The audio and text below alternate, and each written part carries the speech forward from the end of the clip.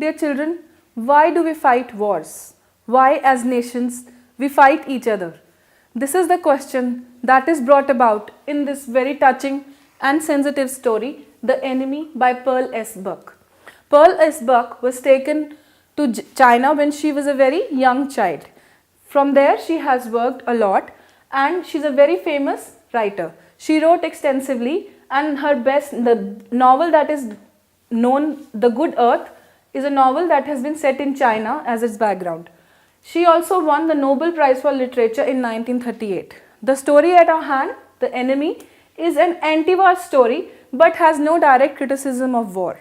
Very artistically and sensitively, we are forced to think about the futility and illogicality of war. It deglorifies war and its effects on us human beings. The conflict between pseudo-nationalism and ethics and modes of humanity and professional life are also brought about very poignantly.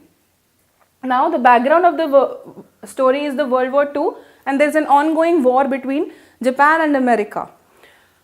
Most of the soldiers and most of the young men of Japan are on the war front, but our hero Dr. Sadao has been kept back in Japan by the General Takima, the leader of the Japanese war front, because his expertise is needed by the general himself for his own treatment.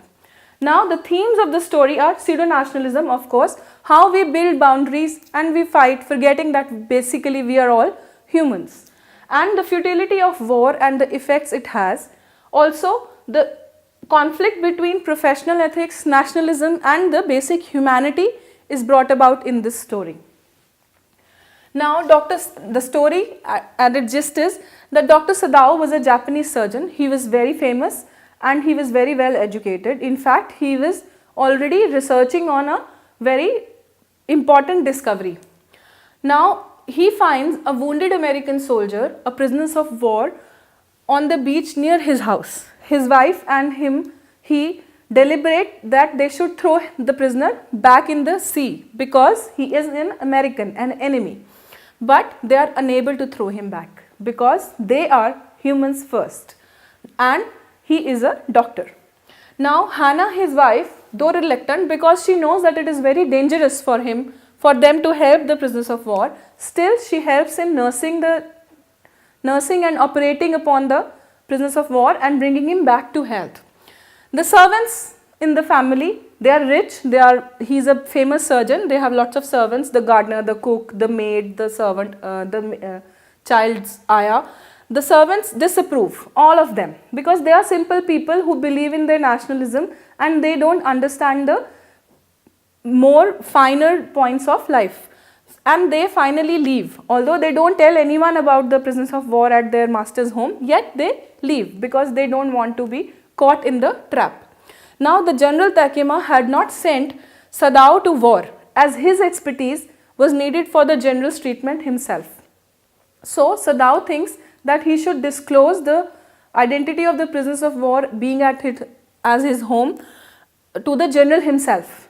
So he tells the general, and the general also takes it very lightly. He promises that he will send his own assassins to kill the prisoners so that the Sadao does not face any moral problems. Now Sadao takes a sigh of relief and goes back home.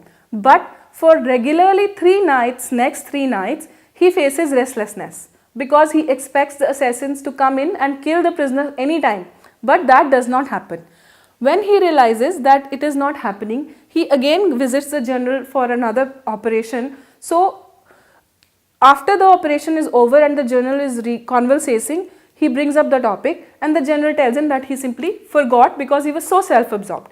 That makes the doctor realize that the general is not bothered about the prisoners of war and he can help the American, the young 17-year-old boy to escape. He gives his own boat and some rations to him and guides him to an island where he can then ask help from a Korean ship which will take him to some safe zone. So the soldier is able to escape. Now what is important in this story that we must understand is Sadao's early life. His father had taken lots of pains to educate him. He had been studying in America and he had reached the pinnacle of his education. His father was very, very nationalistic. He appreciated the Japanese culture and stuck by it. He was totally apprehensive of foreign culture, and the son totally followed it. He even, when he fell in love, he wanted his father's approval, and before marriage they both came back and got married according to Japanese customs and traditions.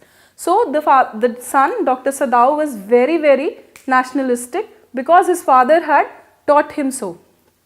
Then the general selfishness and even the appreciation of America is also brought about in the story.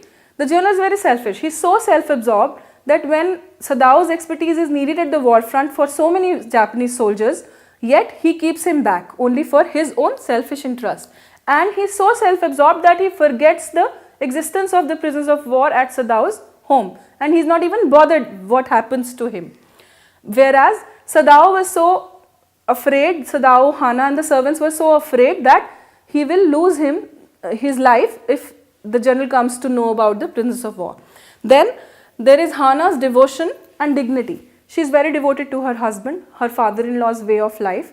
Her house is set up according to her father-in-law, and even after her father-in-law is no more, she follows the traditions. She also is very dignified because the servants, though, don't say anything to her but directly. They are crying when they leave, but she does not cry, and she also accepts them back when everything is over. So the servants' reaction is also very important. It highlights the relationship that they had with their masters. Though they left because they didn't want to be trapped, yet they did not tell anyone about the presence of the prisoners of war there. Then Sadao's skill, efficiency and dedication to his education and his profession is also highlighted. He is very skilled because he has been kept back. Obviously, he is very famous. He is also very efficient. He remembers all his education and he is able to nurse the soldier back. Also, he is able to take the bullet out with very great precision. Then his moral turpitude, how his restlessness at the thought of assassins is also brought about. He is not able to sleep for 3 nights at a go because he is not comfortable with the fact that the prisoners of war will be killed in his house. And then he is very smart. He is able to understand the general is not bothered, and that will be helpful in facilitating the escape of the soldier. But also he questions his own nationality and he is unable to understand why he is not able to kill the soldier. That is where the story ends. Despite his culturalization, his belief in his nation, his nationalism, he is not able to kill the soldier or throw him back to death because he is a human being first, and so is his wife.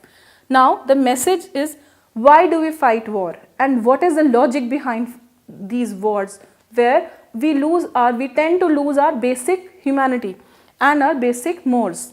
Then how we all are human beings first and Indians, Americans or Japanese later.